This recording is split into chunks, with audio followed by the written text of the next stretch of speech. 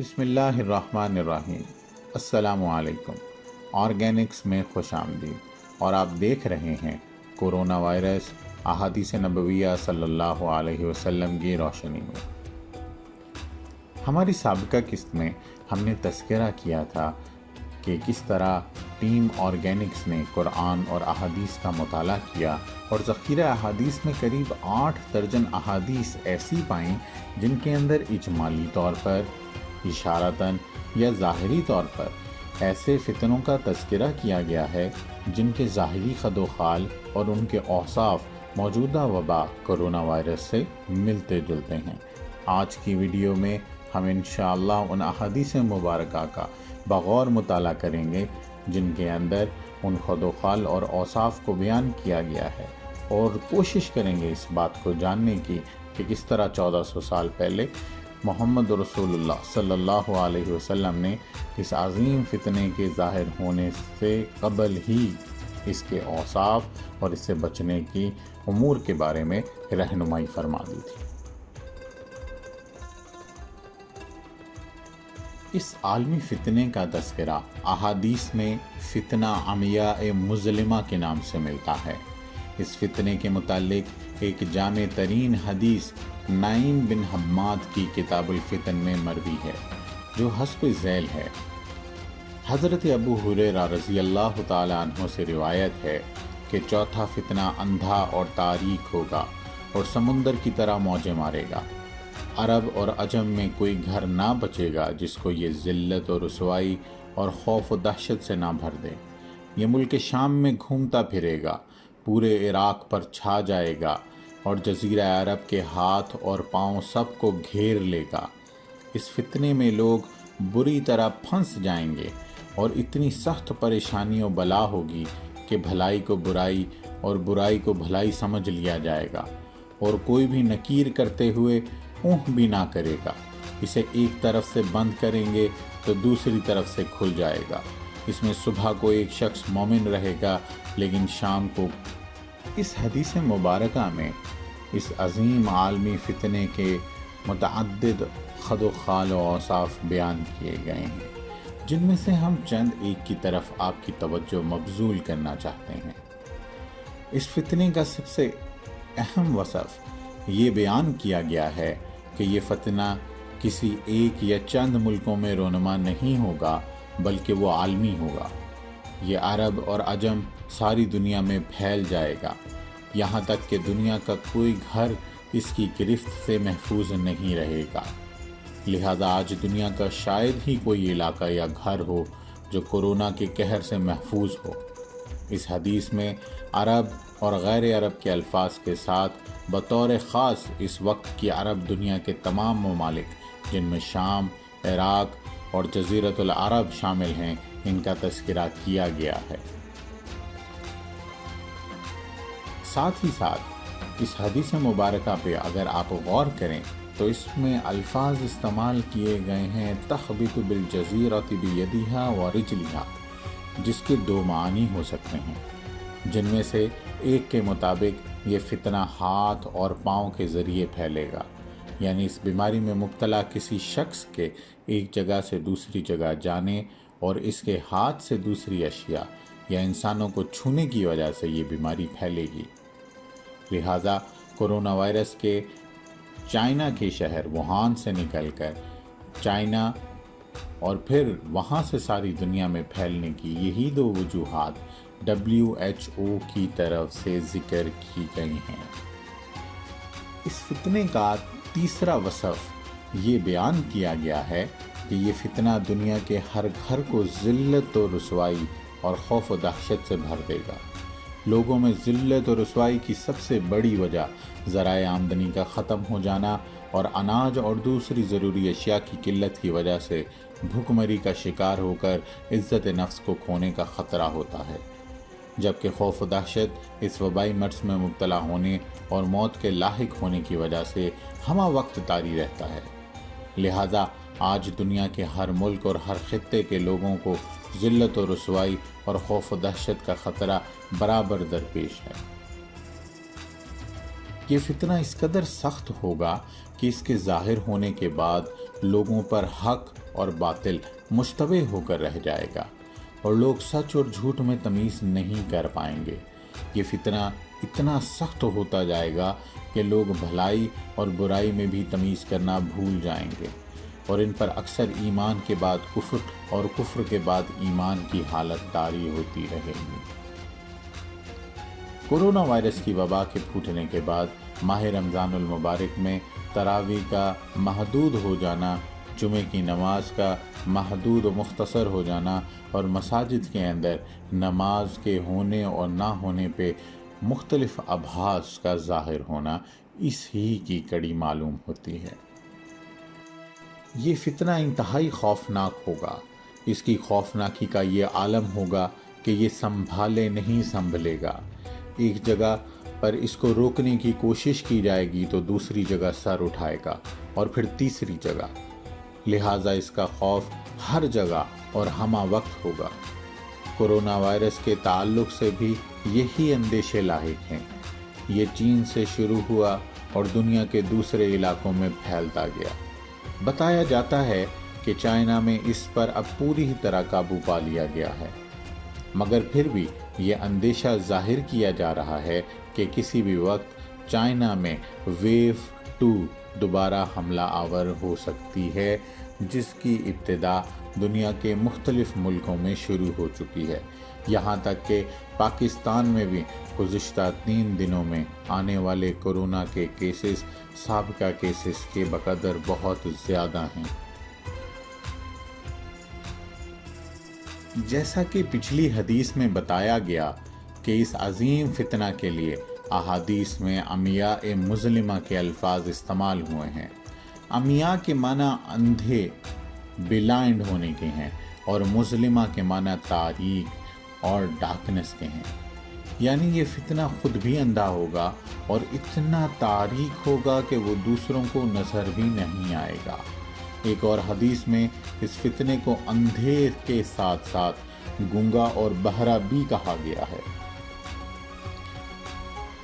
لہذا حضرت انس بن ابی مرثد انصاری رضی اللہ تعالی عنہ سے روایت ہے کہ نبی کریم صلی اللہ علیہ وسلم نے فرمایا، قرب قیامت میں بہرا، گنگا اور اندھا فتنہ رونما ہوگا، جس میں لیٹا ہوا شخص بیٹھے ہوئے شخص سے بہتر ہوگا۔ یعنی کہ یہ فتنہ نہ خود ہمیں دیکھ سکے گا، نہ سن سکے گا، اور نہ ہم سے بات کرنے پر قادر ہوگا، اور نہ ہی ہم اسے دیکھ سکیں گے، نہ اس کو کچھ بول سکیں گے، اور نہ ہی اس سے کچھ سن سکیں گے۔ دراصل اسے تاریک، گنگا، بہرا اور اندھا کہنا اس بات کی طرف اشارہ ہے کہ وہ اس قبیل سے ہوگا جسے موجودہ دور میں ہم وائرس سے تعبیر کرتے ہیں۔ دراصل وائرس جراثیم کی ایک شکل ہے جن کا حجم 20 سے 200 نینو میٹر، 1 میٹر کا 1 کروڑواں حصہ ہوتا ہے۔ یہ وائرس سب مائکروسکوپک ہوتے ہیں، یعنی کہ یہ اتنے چھوٹے ہوتے ہیں کہ مائکروسکوپ سے بھی نظر نہیں آتے، اور نہ یہ مکمل سیل پر مشتمل ہوتے ہیں، بلکہ یہ بیکٹیریا سے بھی چھوٹے ہوتے ہیں اور انسانی خلیوں کے اندر پہنچ کر بڑی تباہی مچاتے ہیں۔ لہٰذا ایک ایسے دور میں جبکہ انسان سیلز، جرمز اور وائرس وغیرہ تعبیرات سے واقف نہ تھا، اس دور میں وائرس کی تصویر کشی اور تعبیر تاریک، گنگا، بہرا اور اندھے سے بہتر الفاظ میں ممکن نہیں ہو سکتی تھی۔ لہٰذا زبان نبوت نے ان استعارات کو استعمال کر کے پیش آئندہ وائرس کی طرف رہنمائی فرما دی۔ لہٰذا یہ دشمن نہ ہمیں دیکھ سکتا ہے اور نہ ہم اسے دیکھ سکتے ہیں، بلکہ وہ غیر مرئی، نہ نظر آنے والا اور غیر شعوری طور پر ایک انسان سے دوسرے انسان اور دوسرے انسان سے تیسرے انسان کے اندر سرایت کرتا جائے گا، یہاں تک کہ وہ پوری نوع انسانی کے لیے خطرہ بن چکا ہے۔ اس حدیث کے اگلے ٹکڑے المستجع کو سمجھنے کے لیے اگلی حدیث ملاحظہ کیجیے۔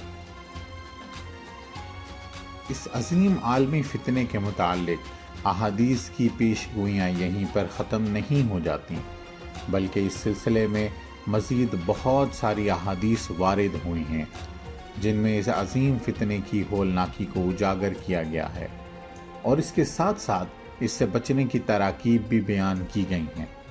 لہٰذا اس سلسلے کی 2 احادیث قابل غور ہیں۔ حضرت ابو ہریرہ رضی اللہ تعالیٰ عنہ سے روایت ہے کہ نبی کریم صلی اللہ علیہ وسلم نے فرمایا، قیامت اس وقت تک قائم نہیں ہوگی جب تک ایسا فتنہ ظاہر نہ ہو جائے جس میں لیٹا ہوا شخص بیٹھے ہوئے شخص سے بہتر ہوگا، بیٹھا ہوا شخص کھڑے ہوئے شخص سے بہتر ہوگا، کھڑا ہوا شخص چلنے والے شخص سے بہتر ہوگا، اور چلنے والا شخص دوڑنے والے شخص سے بہتر ہوگا۔ دوسری حدیث مبارکہ حضرت عبداللہ بن مسعود رضی اللہ تعالیٰ عنہ سے مروی ہے۔ حضرت عبداللہ بن مسعود رضی اللہ تعالیٰ عنہ نے فرمایا، میں نے رسول اللہ صلی اللہ علیہ وسلم سے سنا ہے کہ ایک فتنہ ہوگا، اس میں سونے والا پہلو کے بل لیٹنے والے سے بہتر ہوگا، اور اس میں لیٹنے والا بیٹھنے والے سے بہتر ہوگا، بیٹھنے والا کھڑا ہونے والے سے بہتر ہوگا، اور کھڑا ہونے والا چلنے والے سے بہتر ہوگا، اور چلنے والا دوڑنے والے سے بہتر ہوگا۔ راوی نے فرمایا، میں نے عرض کیا، یہ کب ہوگا اے اللہ کے رسول صلی اللہ علیہ وسلم؟ آپ صلی اللہ علیہ وسلم نے ارشاد فرمایا، یہ حرج کے ایام ہوں گے۔ میں نے عرض کیا، یہ ایام حرج کب ہوں گے؟ آپ نے فرمایا، جب کسی آدمی کو اپنے ہم نشیں سے امن نہیں ہوگا۔ حضرت عبداللہ نے فرمایا، میں نے عرض کیا، اگر میں یہ زمانہ پا لوں تو آپ مجھے کیا حکم دیتے ہیں؟ آپ صلی اللہ علیہ وسلم نے فرمایا، اپنے گھر میں داخل ہو جانا۔ میں نے عرض کیا، اگر کوئی میرے گھر میں داخل ہو جائے تو آپ کی کیا رائے ہے؟ ارشاد فرمایا کہ پھر تو اپنی کوٹھی میں گھس جانا۔ میں نے کہا، اگر وہ وہاں بھی داخل ہو جائے تو آپ کا کیا خیال ہے؟ آپ صلی اللہ علیہ وسلم نے فرمایا، اس طرح کرنا۔ راوی نے اپنے دائیں ہاتھ سے کلائی کی ہڈی کو پکڑ کر اشارے کی تفصیل کی، یہاں تک کہ تیری موت اسی حالت میں نہ آ جائے۔ یہ احادیث اپنی معنویت میں 2 ٹوک اور واضح ہیں۔ ان احادیث میں اس فتنے سے رونما ہونے والی صورتحال کی مکمل اور بہترین تشریح کی گئی ہے۔ اس سے بچنے کی تدابیر بتائی گئی ہیں۔ اس حدیث میں بیان کیے گئے اہم نکات قابل غور ہیں۔ اس حدیث میں نبی کریم صلی اللہ علیہ وسلم سب سے پہلے یہ خبر دے رہے ہیں کہ قیامت کے قریب ایک ایسا فتنہ رونما ہوگا جس میں لیٹا ہوا شخص بیٹھے ہوئے شخص سے بہتر، بیٹھا ہوا چلنے والے سے اور چلنے والا دوڑنے والے سے بہتر ہوگا۔ زبان رسالت صلی اللہ علیہ وسلم سے نکلے ہوئے یہ الفاظ کس قدر خوبصورت انداز میں موجودہ کرونا وائرس کے خطرے کی تصویر کشی کر رہے ہیں۔ اس طرح کے تعبیر کے ذریعے ایک طرف اس فتنے کی خطرناکی کی سطح کو بتانا مقصود ہے کہ وہ کون سی حالت میں زیادہ محفوظ رہے گا، تو دوسری طرف یہ بتانا بھی مقصود ہے کہ بوقت ضرورت کوئی شخص کم محفوظ صورت کو بھی اپنا سکتا ہے، مگر ایسی صورت میں اس کے لیے سب سے بہتر اور افضل یہ ہے کہ وہ ایک جگہ گدی نشین ہو جائے۔ نبی کریم صلی اللہ علیہ وسلم سے جب پوچھا گیا کہ انسانی نقل و حرکت کے سلسلے میں ایسی سخت احتیاط برتنے کی ضرورت کب پیش آئے گی، تو آپ صلی اللہ علیہ وسلم نے فرمایا، یہ ایام حرج کے دوران ہوگا۔ ایام حرج کی تفصیل انشاءاللہ ہم اپنی آئندہ آنے والی ویڈیو میں تفصیل کے ساتھ بیان کریں گے۔ جب نبی کریم صلی اللہ علیہ وسلم سے اس فتنے سے بچنے کے طریقے کے متعلق پوچھا گیا تو آپ صلی اللہ علیہ وسلم نے اس کے لیے 2 طریقے تجویز فرمائے۔ پہلا یہ کہ ہر انسان خود پر اور اپنے ہاتھوں پر قابو رکھے، لہٰذا یہ طریقہ کار کورونا وائرس کے تعلق سے انتہائی اہم اور معنی خیز ہے، کیونکہ کورونا وائرس کے پھیلاؤ کا سب سے اہم ذریعہ انسان کے ہاتھ ہیں۔ اس وائرس سے متاثرہ شخص جہاں جہاں بھی ہاتھ لگائے گا وہاں یہ وائرس پھیلتا چلا جائے گا۔ اس سلسلے میں حدیث کا آخری فقرہ انتہائی اہم ہے، جس میں کہا گیا ہے کہ اگر کوئی دوسرا شخص اس کے گھر میں داخل ہو جائے تو اس سے بچنے کا واحد طریقہ یہ ہے کہ وہ آدمی اپنے ہاتھ باندھے کھڑے ہو جائے، یعنی اس سے مصافحہ تک نہ کرے، چاہے اس کی موت اسی حالت میں آ جائے۔ نبی کریم صلی اللہ علیہ وسلم نے اس سے بچنے کا دوسرا طریقہ یہ ارشاد فرمایا ہے کہ ہر آدمی اپنے اپنے گھروں میں داخل ہو جائے۔ اس فتنے سے بچنے کا سب سے محفوظ طریقہ یہی ہے، یعنی کہ آدمی اپنے گھر میں بند ہو جائے، جسے جدید دور میں ہوم کوارنٹین کے نام سے تعبیر کیا گیا ہے۔ بعض احادیث میں آتا ہے کہ اگر کسی آدمی کی کوئی جگہ ہے تو وہ اس جگہ چلا جائے، یا اگر کسی آدمی کے پاس صرف بھیڑ بکریاں ہوں تو وہیں چلا جائے، جس سے معلوم ہوتا ہے کہ انسان کو جہاں بھی زندگی گزارنے کا کچھ سامان میسر آ جائے وہیں اس کو خود پر قرنطینہ لاگو کر لینا چاہیے۔ ایک روایت میں آتا ہے کہ ایسے وقت میں انسان کو اپنے گھر کا تکیہ بن جانا چاہیے، یعنی جس طرح ایک تکیے کا مقام گھر میں آرام دہ جگہ ہوتی ہے، ہر انسان کو بھی تکیے کے مانند خود کو گھر کا عادی بنا لینا چاہیے تاکہ وہ اس عظیم فتنے سے بچ سکے۔ ہم امید کرتے ہیں کہ ہماری آج کی ویڈیو یقیناً آپ کو پسند آئی ہوگی۔